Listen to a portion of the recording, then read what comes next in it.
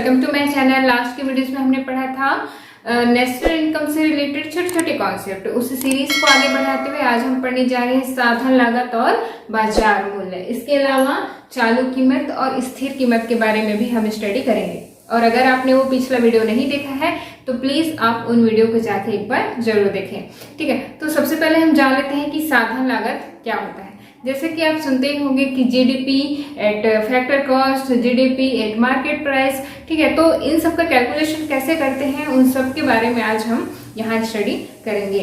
ठीक है, तो सबसे पहले देखते हैं साधन लागत। साधन लागत जिसे जो है उत्पादक के द्वारा उत्पादन प्रक्रिया के दौरान ठीक है लगाया जाता है या वहन किया जाता है, उसे हम क्या कहते हैं, साधन लागत कहते हैं।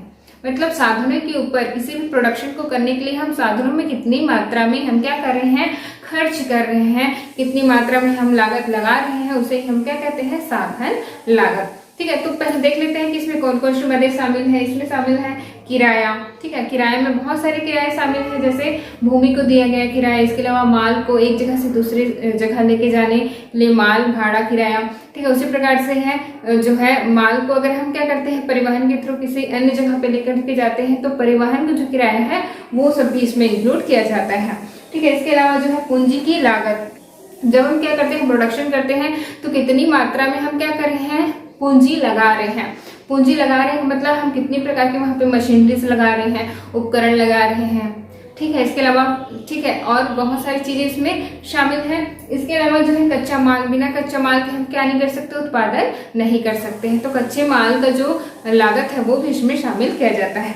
इसके अलावा बिजली का बिल। ठीक है, हम प्रोडक्शन कर रहे हैं तो कितनी मात्रा में हम बिजली का जो बिल है वो वहन कर रहे हैं। ठीक है, इसके अलावा जो है श्रम है, श्रमिकों को दिया गया जो मजदूरी है वो भी यहाँ पे क्या किया जाता है, शामिल किया जाता है।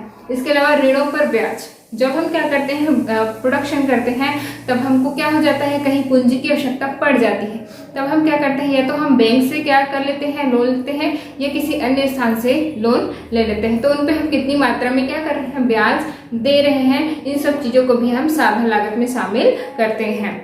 ठीक है, तो इसका अब हम फॉर्मूला देख लेते हैं साधन लागत का। ठीक है, साधन लागत इसको कि हम कारक लागत भी कहते हैं, हम फैक्टर कॉस्ट भी कहते हैं। ठीक है, तो फैक्टर कॉस्ट कारक लागत या साधन लागत बराबर है किराया, मजदूरी, ब्याज और लाभ। ठीक है, किराया में सभी प्रकार के किराया शामिल है, उसी प्रकार से मजदूरी जो श्रमिकों को दी गई मजदूरी है वो शामिल है, ब्याज शामिल है। इसके अलावा जो लाभ होगा मतलब उत्पादक को प्रोडक्शन करने से कितनी मात्रा में लाभ होगा उसको हम क्या करते हैं, फैक्टर कॉस्ट में शामिल करते हैं। ठीक है, तो इस प्रकार से ये इसका क्या है, फॉर्मूला है जिसके थ्रू हम क्या करते हैं, फैक्टर कॉस्ट को कैलकुलेट करते हैं। ठीक है, अब हम नेक्स्ट देख लेते हैं बेसिक प्राइस, या इसको हम कहते हैं मूल मूल्य या मूल लागत, जो कि एक्चुअल में एक उत्पादक के द्वारा क्या की जाती है, वहन की जाती है। ठीक है, तो सबसे पहले देख लेते हैं कि मूल लागत कैसे कैलकुलेट की जाती है। ठीक है, मूल लागत बराबर है कारक लागत या साधन लागत प्लस जो है प्रोडक्शन टैक्सेस या हम इसको कहेंगे उत्पादन कर। इसके अलावा जो है प्रोडक्शन सब्सिडीज वो इसमें शामिल की जाती है। ठीक, तो सबसे पहले ये जान लेते हैं कि जो उत्पादन कर है वो क्या होता है। ठीक है, उत्पादन कर जो कि मध्यवर्ती जो वस्तुएं होती हैं उनके ऊपर लगाया जाता है उसको हम कहते हैं उत्पादन कर। जैसे कि कच्चा जो लोहा है, कच्चा कपास है, इसके अलावा कच्चा जो तेल है, मतलब ऐसी वस्तुएं जिसका और भी जो है जिसको फाइनल गुड्स में कन्वर्ट किया जाना है। ठीक है, तो उसको हम क्या, उसके ऊपर जो टैक्सेस लगेंगे उसको हम क्या कहेंगे, उत्पादन कर। ठीक है, इसके अलावा उत्पादन कर में और भी मदे शामिल है, जैसे लैंड रेवेन्यूज, ठीक है, stamp duties, registration fees, production taxes, वो सभी भी इसमें क्या है, उत्पादन कर में शामिल है। ठीक है, अब ये देख लेते हैं उत्पादन सब्सिडीज क्या होते हैं। उत्पादन सब्सिडीज मतलब ऐसा सब्सिडी जो कि गवर्नमेंट के द्वारा ठीक है किसी उद्योग को प्रोत्साहित करने के लिए प्रोवाइड की जाती है। जैसे कि आप क्या कर रहे हो, मान लो एक ऐसा उद्योग लगा रहे हो जिससे कि क्या हो, अर्थव्यवस्था सुदृढ़ हो। ठीक है, तो गवर्नमेंट उस पर क्या करेगी, आपको जो है सब्सिडी प्रोवाइड करेगी। उसी प्रकार से अगर आप पिछड़ी क्षेत्रों में क्या कर रहे हैं, उद्योग की स्थापना कर रहे हैं और गवर्नमेंट चाह रही है कि वहां पर क्या हो, डेवलपमेंट हो, तो आपको सब्सिडी प्रोवाइड की जाएगी। ठीक है, इसके अलावा जो स्पेशल इकोनॉमिक जोन्स होते हैं अगर आप वहां भी क्या करते हैं किसी प्रकार की इंडस्ट्रीज लगाते हैं तो गवर्नमेंट आपको सब्सिडी प्रोवाइड करती है। ठीक है। तो इस प्रकार से गवर्नमेंट आप देखते होंगे बहुत सारे स्कीम्स होते हैं, उसके अंतर्गत हमको सब्सिडी प्रोवाइड करती है, ठीक है, प्रोडक्शन के ऊपर। तो इस प्रकार से क्या होते हैं, जो प्रोडक्शन सब्सिडीज है वो यहाँ पे माइनस कर दी जाती है, जो कि हमको गवर्नमेंट के द्वारा क्या की जाती है, फ्री में प्रोवाइड की जाती है। और जो प्रोडक्शन टैक्सेस है वो यहाँ पे क्या हो जाएंगी, प्लस हो जाएंगी, ठीक है। और जो कारक लागत है वो भी यहाँ पे हम क्या कर लेंगे, प्लस कर लेंगे, और जो एक्चुअल में जो वैल्यू आएगी वही क्या कहलाएगी, मूल लागत, ठीक है। अब देख लेते हैं बाजार मूल्य, ठीक है। बाजार मूल्य क्या कहलाएगा कि वह मूल्य जिसे उपभोक्ता के द्वारा, ठीक है, वह मूल्य जिसे उपभोक्ता के द्वारा किसी वस्तु या सेवा को खरीदते समय दी जाती है, उसे हम क्या कहते हैं, बाजार मूल्य कहते हैं। मतलब हम जब भी क्या करते हैं, मार्केट में जाते हैं, तो हम वस्तु को जब भी परचेस करते हैं तब हम क्या करते हैं, उस मार्केट वैल्यू के बेस पर भी हम क्या करते हैं, वस्तुओं को परचेस करते हैं। मतलब हम एमआरपी के थ्रू ही क्या करते हैं, जो मैक्सिमम रिटेल प्राइस है उसी के अंतर्गत हम क्या करते हैं, वस्तुओं को खरीदते हैं। तो वही जो प्राइस है वो क्या कहलाता है, मार्केट वैल्यू या मार्केट प्राइस कहलाता है, ठीक है। तो मार्केट प्राइस का अब हम क्या देख लेते हैं, फॉर्मूला देख लेते हैं। और मार्केट प्राइस को हम दो तरीकों से निकाल सकते हैं, बेसिक प्राइस के थ्रू भी निकाल सकते हैं, और जो साधन लागत है, फैक्टर कॉस्ट है, उसके थ्रू भी हम जो है बाजार जो मूल्य है उसको कैलकुलेट कर सकते हैं। तो पहले देख लेते हैं जो बेसिक प्राइस है उसके थ्रू हम कैसे मार्केट प्राइस निकाल सकते हैं या कैलकुलेट कर सकते हैं, ठीक है। तो बाजार मूल्य बराबर क्या है, मूल मूल्य धन जो है उत्पाद कर माइनस यहाँ पे क्या है, उत्पाद सब्सिडी, ठीक है। तो यहाँ पर हम मूल मूल्य के बारे में तो हम जान गए हैं कि मूल मूल्य क्या होता है, ठीक है। तो अभी यहाँ पे ये जानते हैं कि उत्पाद कर क्या होते हैं, ठीक। उत्पाद कर जो कि क्या होता है, पर्टिकुलर एक जो वस्तु है उसके ऊपर लगाई जाती है, या कंज्यूम के पर्पज से जो कर लगाए जाते हैं इसको हम क्या कहते हैं, उत्पाद कर कहते हैं, ठीक है। मतलब ऐसे वस्तुएं जो कि मार्केट में क्या है, अंतिम रूप से बेची जाने वाली है, उनके ऊपर जो कर लगाए जाते हैं उसको हम कहते हैं उत्पाद कर। और ये जो है उपभोग के पर्पज से लगाए जाते हैं, ठीक है। मतलब जिन भी वस्तुओं का हम उपभोग कर रहे हैं उसके ऊपर जो कर लगेंगे वही क्या कहलाएंगे, उत्पाद कर कहलाएंगे, ठीक है। तो उत्पाद कर के अंतर्गत क्या क्या शामिल है, ठीक। जैसे कि आप अभी एट प्रेजेंट हम जो है जीएसटी हर एक वस्तु पे लगभग जो है हम जीएसटी पे करते हैं। इसके अलावा जो है कस्टम ड्यूटीज या कहीं कहीं पर एक्साइज ड्यूटीज भी लगाई जाती हैं, ये भी किसमें शामिल है, जो है उत्पाद कर में शामिल है, ठीक। अब हम देख लेते हैं जो उत्पाद सब्सिडीज होती हैं वो क्या होती हैं। उत्पाद सब्सिडीज मतलब जो पर्टिकुलर हमको एक वस्तु के ऊपर ही हमको क्या मिलेगी, सब्सिडीज मिलेगी। जैसे आप देखते हो अक्सर हर एक घर में जो घरेलू गैसेस होती हैं, ठीक है, उसके ऊपर जो गवर्नमेंट सब्सिडी प्रोवाइड करती है उसको हम क्या कहेंगे, उत्पाद सब्सिडी। उसी प्रकार से कुछ फूड्स होते हैं उनके ऊपर हमको क्या मिलता है, सब्सिडी मिलता है। जो पेट्रोलियम होता है उसके ऊपर भी हमको सब्सिडी प्रोवाइड की जाती है। इसके अलावा जो फार्मर्स होते हैं उनके जो फर्टिलाइजर होते हैं उनके उस पर भी गवर्नमेंट क्या करती है, जो है सब्सिडी प्रोवाइड उसको करती है, ठीक है। तो इन सारे सब्सिडीज को हम क्या करेंगे, जो मूल मूल्य है उसमें माइनस करेंगे, और जितने भी प्रकार के हमको टैक्सेस लगेंगे, चाहे वह एक्साइज हो, कस्टम हो या फिर जीएसटी हो, उन सबको हम यहाँ पे प्लस करेंगे, तो हमको जो है मार्केट प्राइस मिल जाएगा, ठीक। उसके बाद हम देखते हैं कि मार्केट प्राइस को फैक्टर कॉस्ट के थ्रू हम कैसे निकालते हैं, ठीक है। तो फैक्टर कॉस्ट, ठीक है, फैक्टर कॉस्ट प्लस यहाँ पे क्या है, एनआईटी, ठीक। एनआईटी मीन्स होता है नेट इनडायरेक्ट टैक्सेस, ठीक है।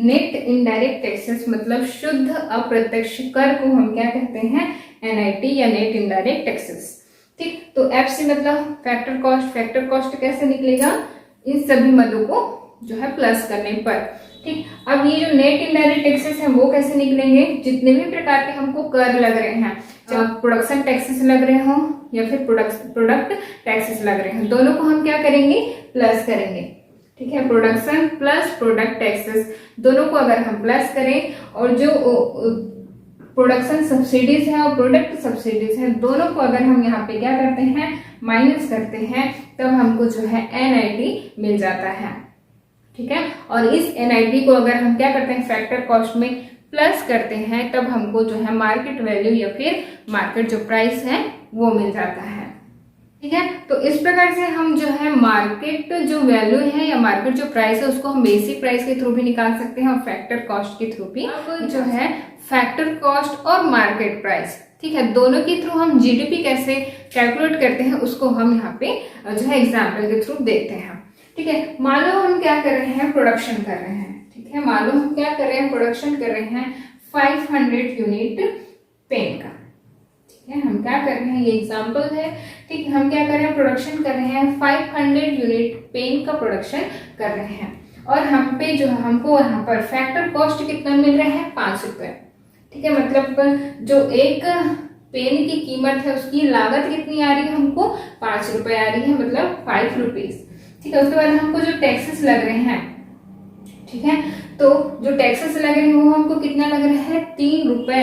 ठीक है, ये यहाँ पे हमको क्या लग रहा है, टैक्सेस लग रहे हैं, 3 रुपीज हमको टैक्सेस लग रहे हैं। उसके बाद हमारा जो एमपी है, जैसे कि आपको पता है एमपी मतलब मार्केट प्राइस, और मार्केट प्राइस जब भी आएगा तो उसमें क्या होगा, हमारा जो टैक्स है वो इंक्लूड होगा। तो 5 + 3 क्या हो जाएगा, 8। ये जो क्या है, इसका मार्केट प्राइस है। ठीक है, अब हम निकालते हैं GDP at factor cost, GDP at market price. ठीक, देख लेते हैं हम प्रोडक्शन कितना कर रहे हैं, 500 यूनिट का। अब जब फैक्टर कॉस्ट के साथ हम क्या करेंगे, जीडीपी निकालेंगे, तब दोनों को अगर हम इंटू करें तो यहाँ पे जो आंसर है वो क्या आएगा, 2500। ठीक है, ये हमारा क्या हो जाएगा, जीडीपी एट फैक्टर कॉस्ट। उसी प्रकार से देखते हैं हम, प्रोडक्शन हमारा कितना हो रहा है, 500 यूनिट, और हमारा जो मार्केट प्राइस है वो कितना है, 8 रुपीज। ठीक है, तब हमारा जो कैलकुलेशन है, जो हमारा जीडीपी एट मार्केट प्राइस है वो कितना आएगा, 4000। ठीक है, तो इस प्रकार से हम क्या कर सकते हैं, जो है फैक्टर कॉस्ट और मार्केट प्राइस के थ्रू हम जो है जीडीपी को कैलकुलेट कर सकते हैं।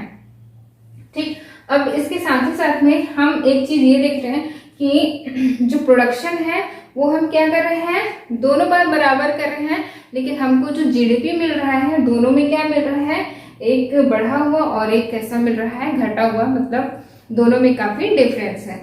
तो ये डिफरेंस क्यों है, डिफरेंस है टैक्स के कारण। ठीक है, डिफरेंस है टैक्स के कारण, क्योंकि जब मार्केट में हमारा जो प्रोडक्ट है वो बिकने के लिए आता है, सेल के लिए आता है, तो उसके ऊपर क्या लग जाते हैं, टैक्सेस लग जाते हैं, जिसके कारण से जो मार्केट प्राइस है वो क्या हो जाती है, इंक्रीज हो जाती है। ठीक है, इसलिए यहाँ पर क्या है, जो जीडीपी एट मार्केट प्राइस है वो काफी बढ़ा हुआ है, 4000 है, और जीडीपी एट फैक्टर कॉस्ट जो है क्या है, 2500। ठीक है, तो इस प्रकार से हम क्या कर सकते हैं, जीडीपी कैलकुलेट कर सकते हैं। अभी हम राष्ट्रीय इनकम के 2 और छोटे से कॉन्सेप्ट के बारे में जान लेते हैं, जिसके हम कहते हैं चालू कीमत और स्थिर कीमत। चालू कीमत के अंतर्गत हम राष्ट्रीय आय की गणना कैसे करेंगे, जैसे किसी भी देश में जो प्रचलित कीमत है उसके आधार पर जब हम राष्ट्रीय आय की गणना करते हैं तो हम उसको क्या कहते हैं, चालू कीमत के आधार पर राष्ट्रीय आय की गणना। ठीक है, इसको हम कहते हैं नॉमिनल, ठीक है, नॉमिनल नेशनल इनकम, इसके नाम से जो है जाना जाता है जब भी हम क्या करते हैं, चालू कीमत के आधार पर राष्ट्रीय आय की गणना करते हैं। उसके बाद देखते हैं स्थिर कीमत। स्थिर कीमत मतलब वो जो कीमत है किसी एक आधार वर्ष से ली जाती है। ठीक है, आधार वर्ष। ठीक, तो सबसे पहले जान लेते हैं कि आधार वर्ष क्या होता है। आधार वर्ष मतलब एक ऐसा वर्ष जहां पर हमारी अर्थव्यवस्था संतुलित होती है। ठीक है, इसके साथ ही साथ में जो हमारे देश है वहां पर किसी भी प्रकार की प्राकृतिक जो आपदाएं, बाढ़, भूकंप, इस प्रकार की प्राकृतिक आपदाएं नहीं होनी चाहिए, तो उसको हम क्या मान लेते हैं, आधार वर्ष मान लेते हैं। ठीक है, अभी जो है 2014 तक हमारा जो आधार वर्ष है था, ठीक है, 2014 तक हमारा जो आधार वर्ष था वो है 2011। इसके आधार पर हम जो है स्थिर कीमत की गणना करते थे, मतलब स्थिर कीमत जो 2011 में थी उसके आधार पर हम राष्ट्रीय आय की गणना करते थे। ठीक है, इसको हम कहते हैं रियल नेशनल इनकम। ठीक है, इसके साथ ही साथ में 2015 से, ठीक है, 2015 से हम क्या कर रहे हैं, जो नेशनल इनकम है उसका जो गणना है वो की जा रही है चालू कीमत के आधार पर। ठीक है, अब हम स्थिर कीमत के आधार पर नेशनल इनकम की गणना नहीं करते हैं। ठीक है, इसके साथ ही साथ में ये जो चालू कीमत है और स्थिर कीमत है, ठीक है। इसका जो डिसीजन है या फिर इसकी जो गणना है, मतलब राष्ट्रीय आय की जो गणना की जाती है वो की जाती है CSO डिपार्टमेंट के द्वारा, ठीक है। इसकी स्थापना हुई थी मई जो है 1951 में, ठीक है। मई 1951 में CSO डिपार्टमेंट का क्या हुआ था, स्थापना हुआ था। और इसका जो मुख्यालय है वो कहाँ है, जो है दिल्ली में है, ठीक है। तो इस प्रकार से CSO जो डिपार्टमेंट है वो क्या करता है, राष्ट्रीय आय की गणना करता है। इसको हम कहते हैं सेंट्रल स्टैटिस्टिक्स ऑर्गेनाइजेशन, ठीक है। इसके साथ ही साथ में ये जो CSO डिपार्टमेंट है, इसने सबसे पहले जब ये जो स्थिर कीमत है इसके आधार पर राष्ट्रीय इनकम की गणना की थी वो है सन 1956, ठीक है। सन 1956 में सर्वप्रथम जो है बेस ईयर को मानकर हमने क्या किया था, नेशनल इनकम की गणना की थी, ठीक है। और उस टाइम जो है हमारा बेस ईयर क्या था, बेस ईयर था 1948, ठीक है। तो इस प्रकार से जो है चालू कीमत और स्थिर कीमत के आधार पर हम नेशनल इनकम की गणना। आपको ये वीडियो कैसा लगा आप जरूर बताएं। Please like, share and subscribe. Thank you for watching.